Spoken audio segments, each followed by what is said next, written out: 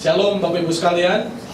Selama memperingati hari kenaikan Tuhan Yesus ke sorga, kita bersyukur bahwa hari kenaikan adalah hari yang sangat istimewa.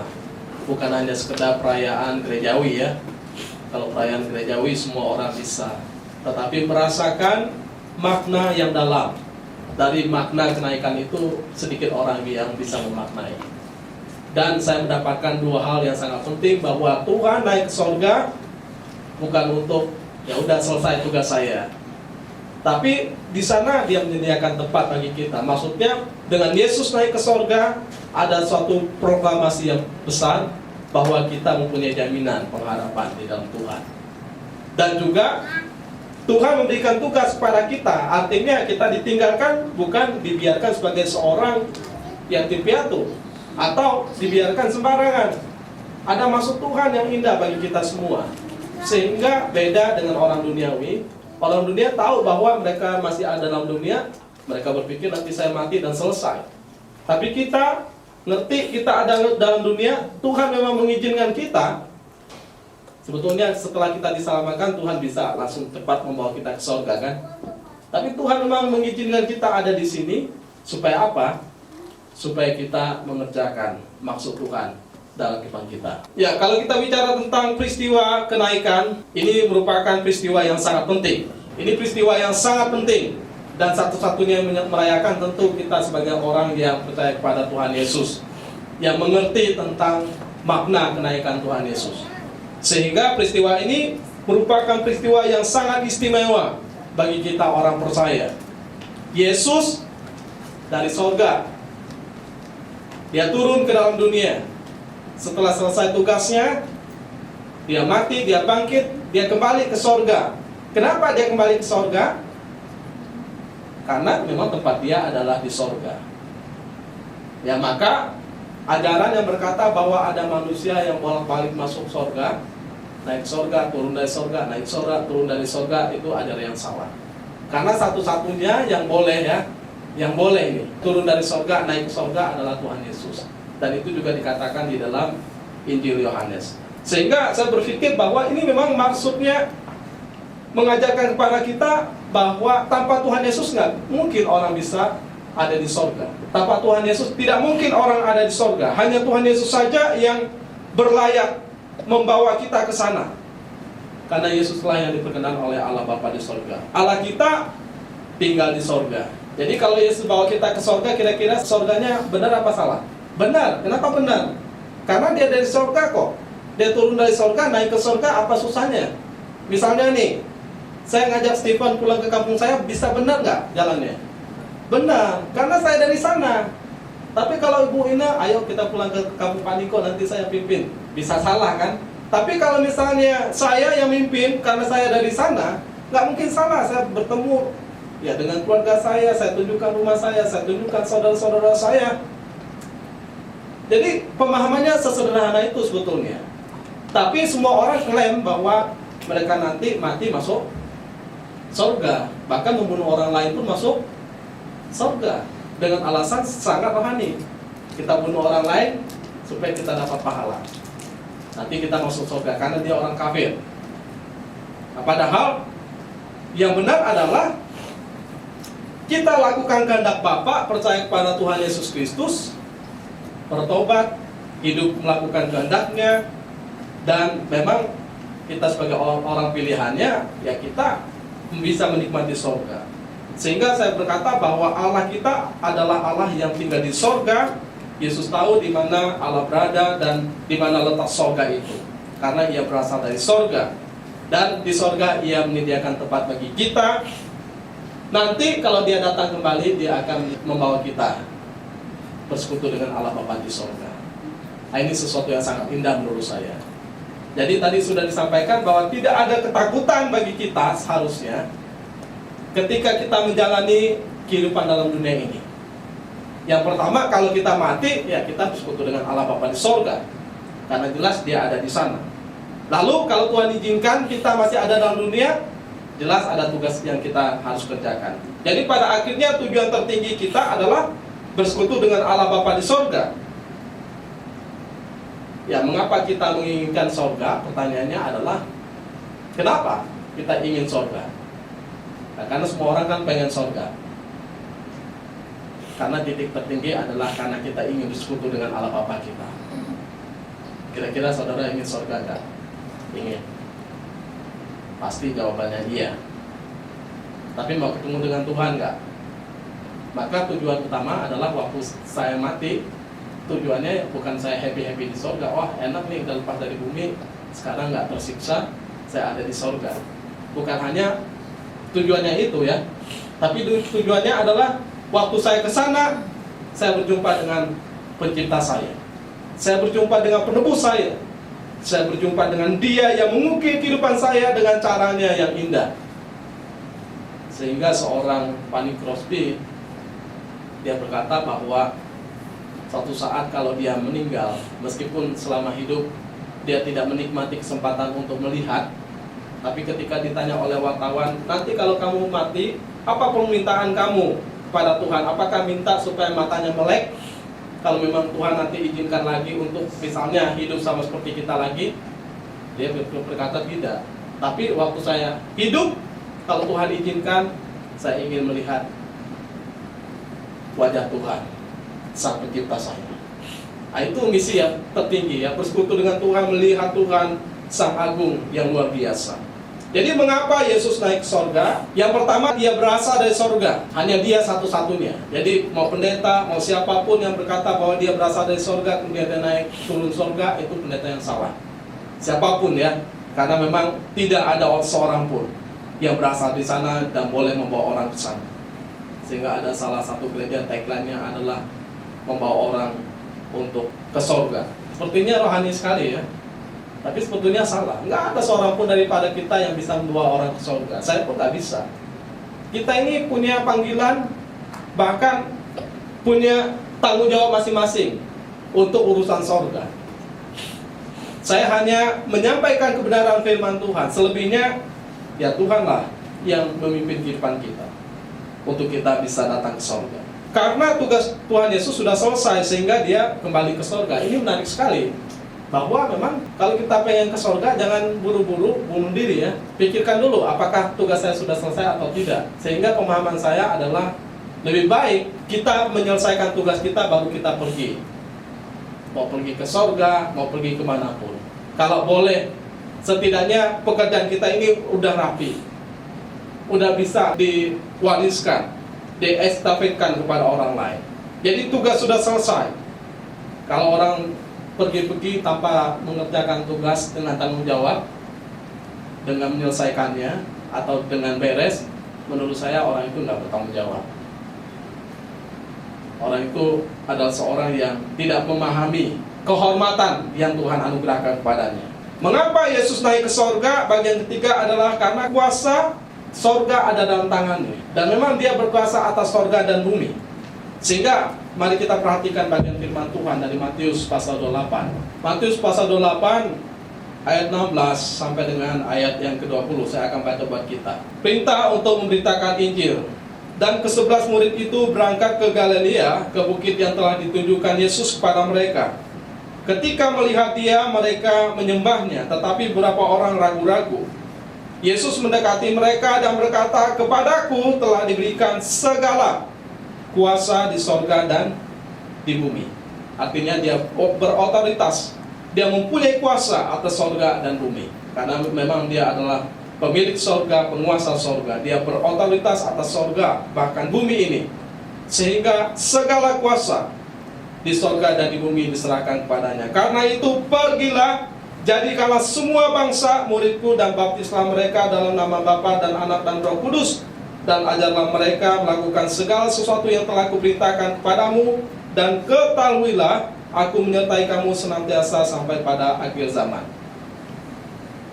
Ini memberitahukan kepada kita bahwa Tuhan kita ada di sorga. Dia memang berkuasa atas sorga. Dan dia mengutus kita ke bumi ini karena apa? Karena memang dia juga berkuasa atas bumi ini.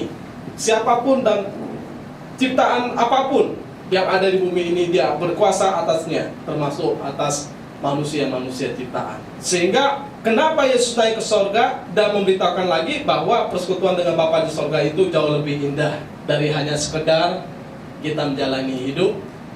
Bahkan sekedar kita ingin naik ke sorga. Persekutuan dengan Tuhan itu jauh lebih indah. Sehingga Yesus naik ke sorga, dia bersekutu lagi dengan Allah Bapa di sorga. Tadinya terpisah, ya kita tahu seruan di kayu salib, Allahku, Allahku, mengapa engkau meninggalkan aku. Tetapi kemudian waktu terpisah ini bukan waktu yang lama ya. Tetapi setelah dia mengerjakan tugas, maka bersekutu di dalam kekekalan. Ada nggak saatnya kita rasa Allah meninggalkan kita? Ada.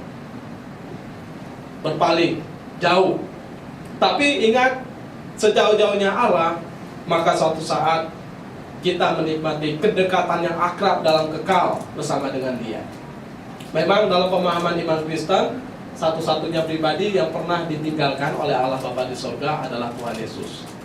Sebetulnya kita pun dalam kesulitan apapun, bahkan dalam kematian pun tidak pernah ditinggalkan. Dan itu yang dikatakan oleh Paulus, tidak ada satu orang pun, bahkan kondisi pun yang bisa memisahkan kita daripada kasih Kristus. Yang kelima, ketika Yesus kembali ke sorga, maka itu saat yang terbaik. Karena Yesus punya kuasa di sorga, punya kuasa di bumi, maka itu saat yang terbaik untuk Dia mengutus murid-muridnya memberitakan Injil. Sehingga tema kita adalah naik dalam kemuliaan. Yesus naik ke dalam kemuliaan dan Dia dimuliakan, duduk di sebelah kanan Allah Bapa. Pemahamannya adalah karena Dia sudah mengerjakan tugas tanggung jawab seperti seorang yang sudah berperang, dia menang, maka seorang pemimpin perang itu ditempatkan di sebelah kanan. Sebelah kanan itu artinya dihormati, diterima dengan sukacita, dan dia diberi suatu penghormatan. Dan Yesus dimuliakan. Karena apa? Karena Dia sudah menang, karena Dia sudah menyelesaikan tugasnya. Dan memang melalui kenaikan Tuhan Yesus, kita diingatkan bahwa ya, mata kita selain daripada tertuju kepada dunia ini, mata kita juga harus tertuju pada sorga. Ingat, kita memang kaki kita masih ada di dalam dunia, tapi jangan lupa mata kita harus mengarah terus kepada sorga, supaya kita enggak kebablasan. Terlalu menatap pada dunia, kita menjadi orang yang duniawi. Terlalu lihat ke sorga, kita lupa dengan orang-orang yang di sekitar kita. Maka saya pikir rohani boleh, tapi jangan lupa bahwa kaki kita masih injak dunia ini. Artinya masih ada tugas kita bagi sesama kita. Jangan lupa orang lain. Ya, kalau kita bersekutu dengan Tuhan, bersekutulah dengan sesama. Ya, kalau kita melayani Tuhan, layanilah sesama kita. Maka mata kita harus memandang kepada Tuhan yang ada di sorga sana. Tetapi ingat, kita juga harus melayani orang yang ada di sekitar kita, yang di dunia ini. Dan itu memang tanggung jawab yang mulia yang Tuhan anugerahkan. Dan berikutnya, ya jangan terus memandang pada hal-hal yang jasmani. Pandanglah kepada hal-hal yang juga rohani. Karena Alkitab juga berkata, manusia bukan hanya hidup dari roti saja, tetapi juga dari firman Allah. Manusia bukan hanya hidup dengan kekuatan diri, tetapi ada kekuatan Tuhan yang menopangnya. Sehingga bagian berikutnya, melalui kenaikan Tuhan Yesus, kita diingatkan bahwa warisan terbesar yang Yesus berikan kepada kita orang percaya ternyata bukan kerajaan atau kuasa. Warisan terbesar bukan kerajaan atau kuasa. Meskipun murid-murid minta, Tuhan, kapan Engkau memberikan kuasa atau membebaskan orang Israel, sehingga mereka ingin dipulihkan kerajaan Israel itu. Yang melengkapi bacaan kita baca dari Kisah Para Rasul pasal 1 ayat 6 sampai dengan ayat yang ke-11. Kisah Rasul pasal 1 ayat 6 sampai 11, di sana dikatakan Yesus terangkat ke sorga. Maka bertanyalah mereka yang berkumpul di situ, Tuhan, maukah Engkau pada masa ini memulihkan kerajaan bagi Israel? Jawabnya, engkau tidak perlu mengetahui masa dan waktu yang ditetapkan Bapa sendiri menurut kuasanya. Tetapi kamu akan menerima kuasa kalau Roh Kudus turun ke atas kamu, dan kamu akan menjadi saksiku di Yerusalem dan di seluruh Yudea dan Samaria dan sampai ke ujung bumi. Sesudah ia mengatakan demikian, terangkatlah ia disaksikan oleh mereka, dan awan menutupinya dari pandangan mereka. Ketika mereka sedang menatap ke langit, waktu ia naik itu, tiba-tiba berdirilah dua orang yang berpakaian putih dekat mereka dan berkata kepada mereka, "Hai orang-orang Galilea, mengapakah kamu berdiri melihat ke langit? Yesus ini yang terangkat ke surga meninggalkan kamu akan datang kembali dengan cara yang sama seperti kamu melihat dia naik ke surga." Pemahaman mereka adalah warisan yang Tuhan berikan, yang mungkin sebelum Tuhan naik ke surga. Ya Tuhan, maukah Engkau memulihkan kerajaan bagi Israel? Karena bagi mereka penderitaan tekanan daripada kerajaan Romawi itu sengsara yang luar biasa. Mereka ingin keadaan ini pulih, karena Tuhan Yesus sudah menang, bahkan bangkit. Nah, ini menunjukkan bahwa dia berkuasa. Apalagi tadi dia berkata dia berkuasa di surga dan di bumi. Mungkin permintaan mereka simpel, ya Tuhan, pulihkanlah kerajaan Israel. Tapi Yesus berkata, engkau tidak perlu tahu masa dan waktu yang ditetapkan Bapa sendiri menurut kuasanya. Karena ukuran Tuhan, pemulihannya bukan hanya pemulihan secara jasmani, secara materi, secara geografis atau teritorial. Bukan hanya pemulihan seperti itu, tetapi pemulihan secara luas, yaitu bicara tentang pemulihan menyangkut kehidupan seseorang dengan Bapa di surga. Ya, saya mengerti tentang hal ini sesuatu yang luar biasa. Jadi seringkali kita bicara tentang skop hanya untuk kita, tetapi Tuhan melebarkan lebih jauh. Bukan hanya untuk Israel ternyata, tadi hanya untuk Israel ya. Tapi Yesus berkata, tetapi kamu akan menerima kuasa kalau Roh Kudus turun ke atas kamu, dan kamu akan menjadi saksiku di mana? Yerusalem, Yudea, Samaria, sampai ke ujung bumi. Kalau pemulihan hanya bagi kita secara jasmani, kerajaan hanya bagi kita secara jasmani, itu terlalu kecil bagi Tuhan. Tapi lingkupnya lebih luas. Maka warisan terbesar yang Tuhan berikan kepada kita adalah pergi jadikanlah semua bangsa murid. Bukan hanya kita doang.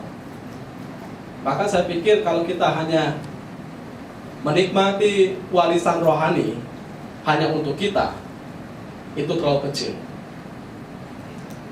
Bahkan menikmati warisan materi hanya untuk kita itu kecil. Padahal Tuhan ingin memanggil kita jauh lebih besar, jauh lebih banyak, sehingga pergi kepada semua bangsa, pergi kepada orang yang di Yerusalem, Yudea, Samaria, sampai ke ujung bumi. Jadi skopnya bukan hanya, oh Tuhan, kerajaan saya, kehidupan saya, keluarga saya, pekerjaan saya, bisnis saya. Bukan hanya itu, gereja saya. Ya kalau cuma itu ya kecil sekali. Semua orang pasti targetnya nggak jauh-jauh dari itu. Tapi Tuhan Yesus targetnya, bisnisnya semua bangsa. Maka saya pikir, ya kalau semua bangsa, mudah selesai nggak? Nggak mudah selesai. Cukup nggak 1-2 orang? Nggak cukup. Sehingga dia memanggil banyak orang. Dimulai daripada 11 orang yang berkumpul di bukit itu, yang menyaksikan tentang kenaikan Tuhan Yesus ke surga, sehingga mereka diutus untuk pergi. Memberitakan Injil harus menjadi gaya hidup orang percaya. Karena Tuhan memang memanggil kita untuk memberitakan Injil kan? Pergilah, jadikanlah sebuah bangsa muridku. Ada kuasa yang Tuhan berikan kepada kita sebagai orang percaya. Jadi kemanapun orang percaya pergi, maka yang pertama, Tuhan menyertai mereka. Yang kedua, bahwa mereka harus membawa berita Injil di dalam kehidupan mereka. Sama seperti Paulus berkata, saya membawa kematian, penderitaan, bahkan kebangkitan Tuhan Yesus dalam kehidupan saya. Dan kita juga bisa membawa tentang kematian, kebangkitan, bahkan kenaikan Tuhan Yesus dalam kehidupan kita. Berita sukacita, harapan dalam kehidupan kita, termasuk berita kasih ya, dalam kehidupan kita, untuk dibagikan kepada orang lain. Sehingga kesimpulan saya sementara dalam bagian ini, ketika kita ingat Tuhan Yesus naik ke surga, maka kita ingat Tuhan Yesus yang menjadi pengharapan bagi kita. Dan kita ingat bahwa berita Injil lah yang mampu membawa orang menikmati persekutuan dengan Allah Bapa di surga. Karena Yesus berkata, pergilah, jadikanlah semua bangsa muridku, baptislah mereka ajarkanlah mereka. Dan bagian firman Tuhan begitu berhamburan bicara tentang pergilah beritakanlah Injil kepada semua makhluk. Saya menyampaikan ada 3 bagian yang sangat penting untuk kita perhatikan. Yesus naik ke surga, memang menyediakan tempat bagi kita, tetapi kita diutus dalam suatu kehormatan. Kita diutus dalam suatu kehormatan. Ada 3 bagian. Kenapa kehormatan? Karena sebetulnya tanpa kita sadari, kita diutus langsung oleh Tuhan. Meskipun ini pengutusannya ribuan tahun yang lalu, diwakili oleh murid-murid, tetapi berjalan kepada kita sampai hari ini melalui lembaga gereja, melalui lembaga misi, melalui lembaga-lembaga rohani untuk mengutus kita dimanapun kita ada. Karena saya pikir bahwa nggak semua orang yang pertama dipanggil sebagai misionaris pergi ke luar negeri atau ke daerah-daerah pedalaman-pedalaman. Tidak semua. Dan tidak semua orang dipanggil sebagai pendeta, gembala, guru Injil, atau sebagai evangelis yang kemudian melayani di gereja. Tetapi semua orang percaya dipanggil untuk membawa berita Injil secara verbal. Verbal itu artinya memberitakan Injil secara langsung melalui perkataan. Atau non-verbal, bisa melalui tulisan, secara lisan, atau tidak lisan. Kemanapun kita pergi, apapun yang kita lakukan, maka berita Injil harus hidup dalam kehidupan kita, harus kita bagikan kepada orang lain. Termasuk saya pikir bahwa kita yang bekerja di dunia sekuler, yang bisnismen, bahkan yang profesional, dimanapun kita ada, kita nggak lepas dari itu. Meskipun secara langsung mungkin tangan pendeta nggak diturunkan ke kita, tetapi ingat, kita sudah diutus Tuhan kemanapun kita pergi. Sehingga saya katakan bahwa dunia ini menjadi mimbar bagi orang percaya dimanapun mereka ada. Ya memang secara khusus ada pendeta, ada penginjil, ada guru Injil, ada misionaris, bahkan ada gembala secara khusus. Tetapi lebih daripada itu, kita ingat Tuhan memanggil kita semua. Misalnya Pak Rafin kerja di dunia sekuler, ya sepertinya tidak diutus oleh gereja. Nggak mungkin gereja setiap tahun mengutus orang pergi untuk berada di kantor ini, berada di kantor ini, berada di kantor ini, ya. Tetapi ingat bahwa kita di sana menjadi agen Tuhan. Kita hidup benar.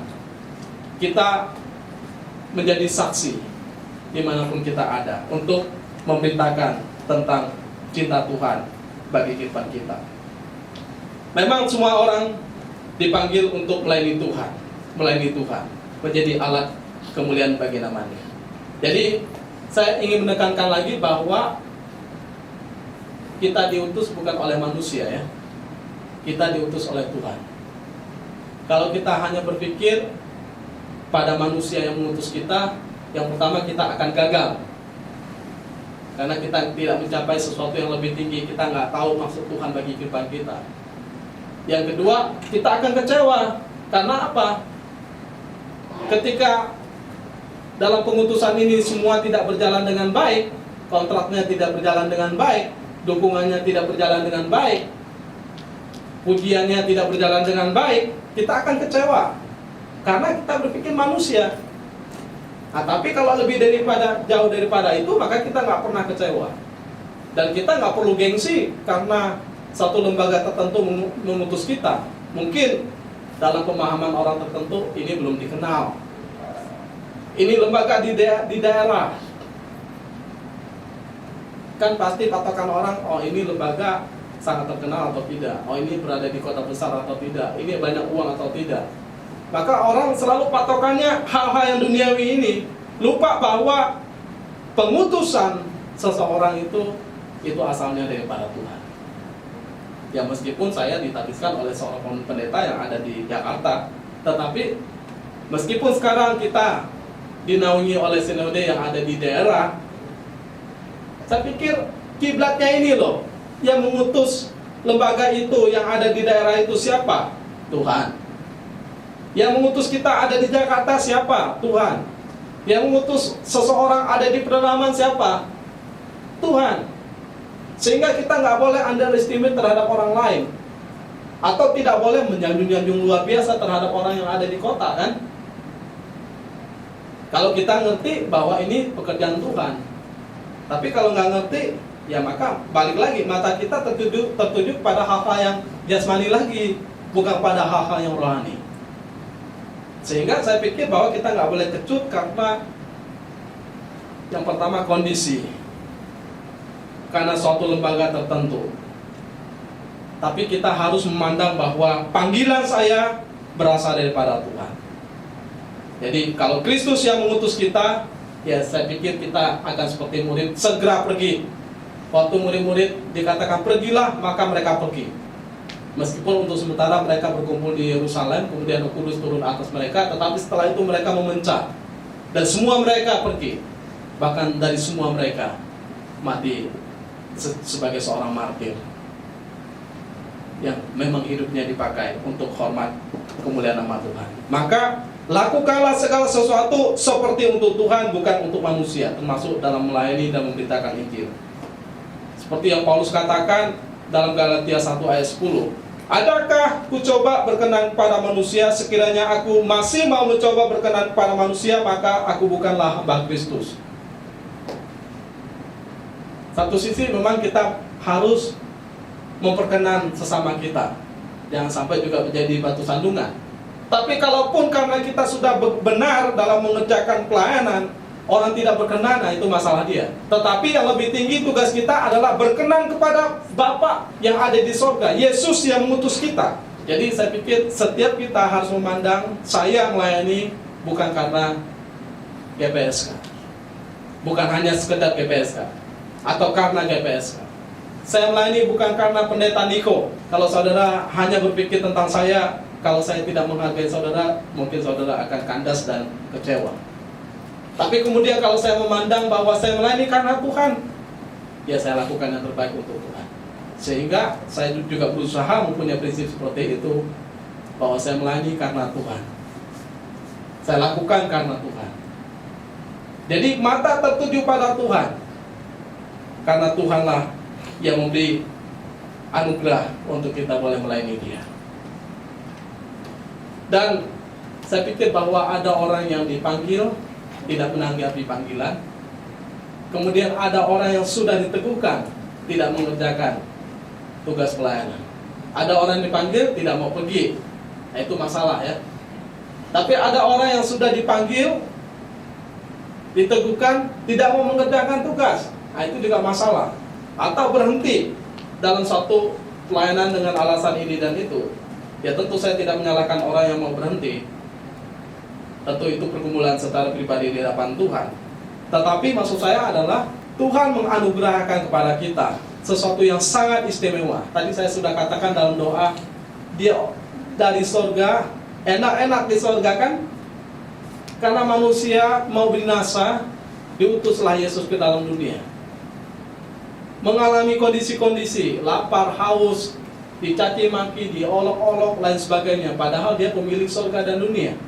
Lalu dia harus menderita sengsara, dia harus mati, dia bangkit. Tetapi semua agenda ini dia lakukan untuk siapa? Untuk dirinya? Bukan. Untuk kita orang percaya. Maka kebangetan kalau kita sudah menikmati totalitas ya, tidak ada cacat, kebaikan Tuhan, lalu kita nggak mau lakukan tugas tanggung jawab kita. Itu kebangetan menurut saya. Karena apa? Karena kita nggak ngerti berarti kebaikan Tuhan bagi kehidupan kita. Ya kalau kita nggak ngerti, kasihan sekali. Maka orang yang sudah dipanggil tidak mau mengerjakan tugasnya dengan alasan ini dan itu. Bahkan orang yang sudah diteguhkan tidak mau mengerjakan tugasnya, bahkan lari. Nah itu kasihan sekali. Syukur-syukur sama seperti Yunus ya, lari, Tuhan kejar, Tuhan tangkap, dipaksa. Ada orang lari kemudian Tuhan paksa. Ya syukur-syukur kalau Tuhan memaksa ya. Kalau kita bisa lari dari hadapan Tuhan, berarti memang kita bukan orang pilihan Tuhan. Dan itu membuktikan bahwa sebetulnya kita bukan orang pilihan Tuhan.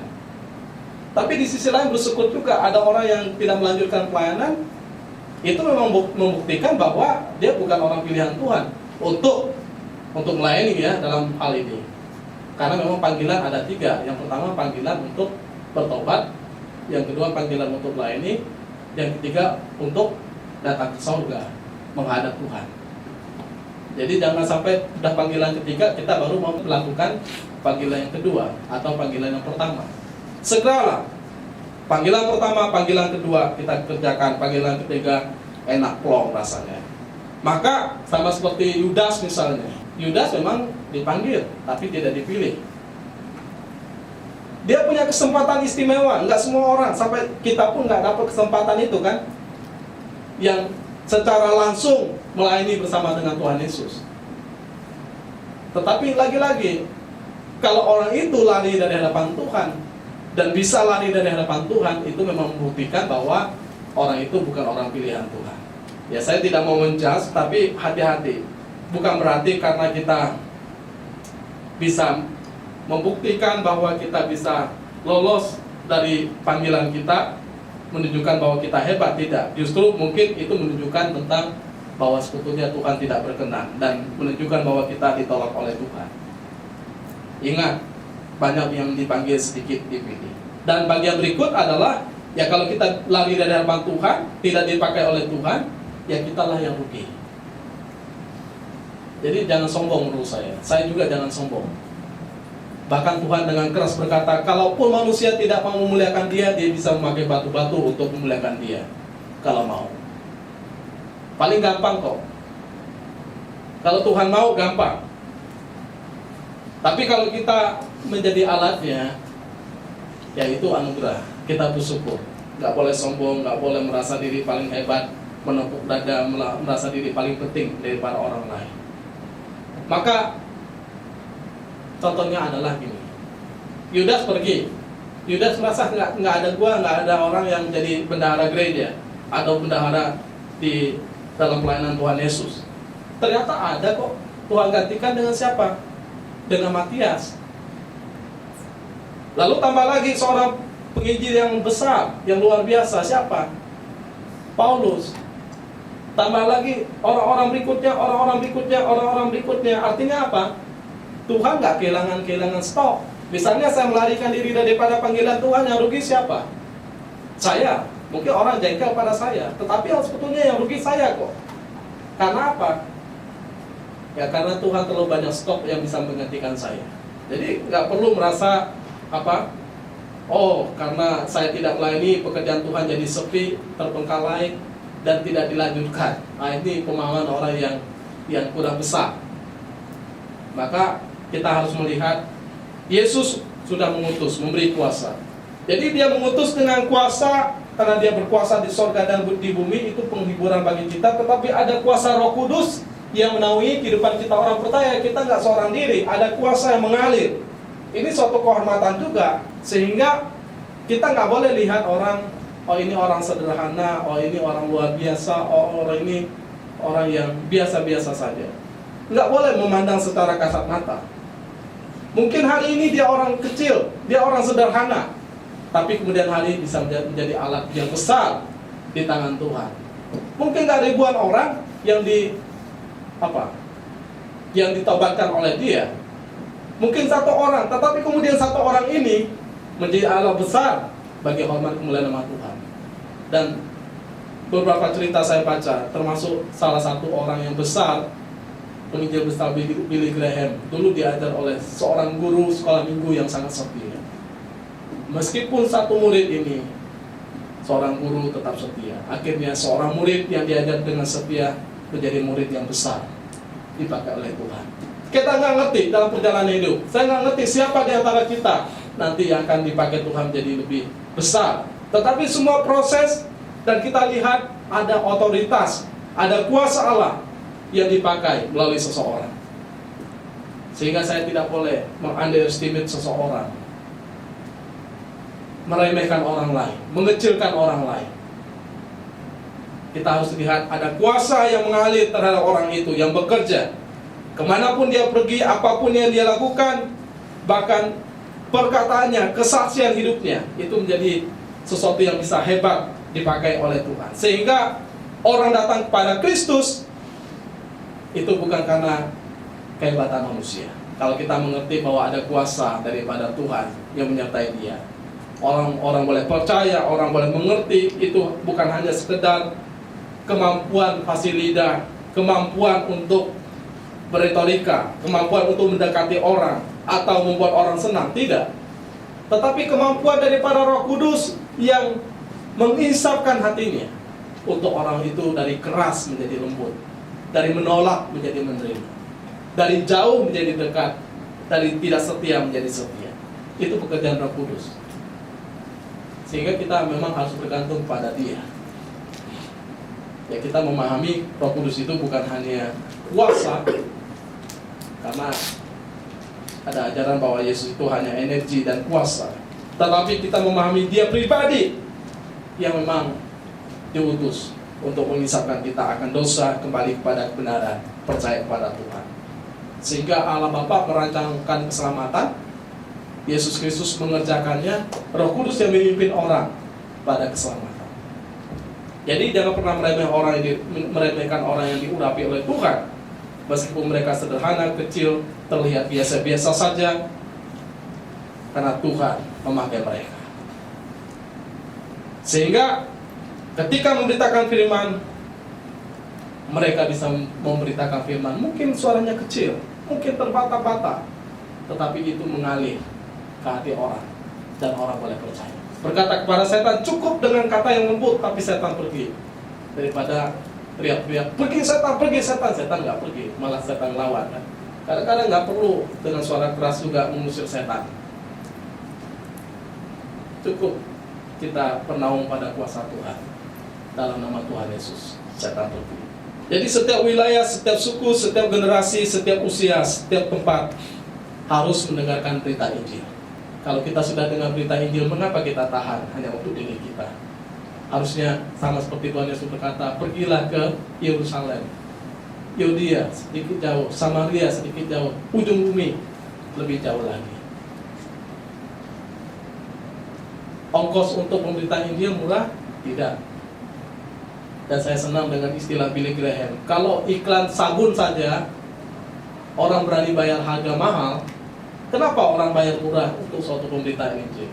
Kalau untuk iklan sabun saja, bahkan untuk kulit ya, orang berani harga mahal. Tapi untuk pelayanan orang sangat-sangat nggak berani. Bahkan pengusaha yang besar sekalipun. Tapi korupsinya bertete ya. Kemarin ada seorang yang diumumkan dia korupsi. Kasihan sekali. Saya pikir-pikir, kenapa ya? Langsung pikirannya tentang harta, tentang hal-hal untuk kepentingan diri terus. Kenapa kita tidak berpikir tentang orang lain juga? Tapi lagi-lagi membuktikan bahwa sebetulnya orang itu tidak layak dipilih kan? Tidak layak di sana. Dan pada waktunya akan lengser, tidak dipakai. Ya bila kita mau membawa mereka ke surga, ya ada harga yang mahal. Kita harus merebut mereka dalam tanda kutip. Meskipun pekerjaan untuk membawa orang berjumpa dengan Tuhan adalah pekerjaan dia. Tetapi kita setidaknya menjadi tangannya sedikit, menjadi instrumennya sedikit untuk membawa orang kembali kepada Tuhan. Karena kita tahu bahwa kalau saya tidak diselamatkan, saya pun ada di neraka. Nah ini saya pikir panggilan kita yang besar. Ya mungkin hari ini saudara belum mengerti tentang maksud saya, tetapi saya pikir bahwa kalau saudara tahu artinya suatu keselamatan, saudara tahu artinya Yesus naik ke surga, menyediakan tempat bagi kita betapa istimewanya, maka kita mengerti kenapa Tuhan mau mengutus kita dalam dunia. Dia ingin supaya kita yang pertama menikmati surga bersama dengan Dia. Dia ingin juga orang lain dibawa untuk bersekutu dengan Dia. Dan ini panggilan yang terus-menerus yang digaungkan dari zaman ke zaman. Sehingga rasul-rasul memberitakan Injil, bapak-bapak gereja memberitakan Injil, semua misionaris memberitakan Injil, banyak orang lain memberitakan Injil. Saya sudah ceritakan teman-teman saya pergi ke negara-negara lain, ada di Kamboja, kemudian ada di Guinea Bissau, di Afrika, ada di India, Kadang-kadang kita pikir kurang kerjaannya jauh-jauh. Ya menurut kita, karena kita nggak ngerti panggilan dia. Ada seorang bapak ngomong terus kepala saya, kenapa jauh-jauh pergi memberitakan Injil, padahal di sini masih banyak orang yang belum menerima Injil. Ya sisi lain masuk akal juga ya, kenapa jauh-jauh ya. Tapi sisi lain ya kita bertanya pada diri, dia aja bisa jauh, kenapa kita nggak pergi sama sekali? Ya kan? Kita terkadang terlalu banyak kritik sana sini, kita melangkah ke sana pun belum pernah sedikit pun. Mendukung dalam doa, mendukung dalam dana, nggak pernah sedikit pun. Jadi saya pikir kita perlu bertanya pada diri. Orang bisa jauh ke sana, itu secara positif saya pikir, oh ya mereka dipanggil Tuhan, mereka mau menanggapi meskipun jauh. Nah kita bagaimana dengan kita? Ya jadi saya pikir kalau Tuhan panggil kita, jangan tahan. Karena kemuliaan sorga jauh lebih besar daripada pengorbanan yang kita kerjakan pada hari kehidupan kita. Pengorbanan yang kita kerjakan itu nggak seberapa. Sorga itu jauh lebih besar kemuliaannya daripada semua kehebatan kehidupan kita yang bisa kita kerjakan untuk hormat nama Tuhan. Amin.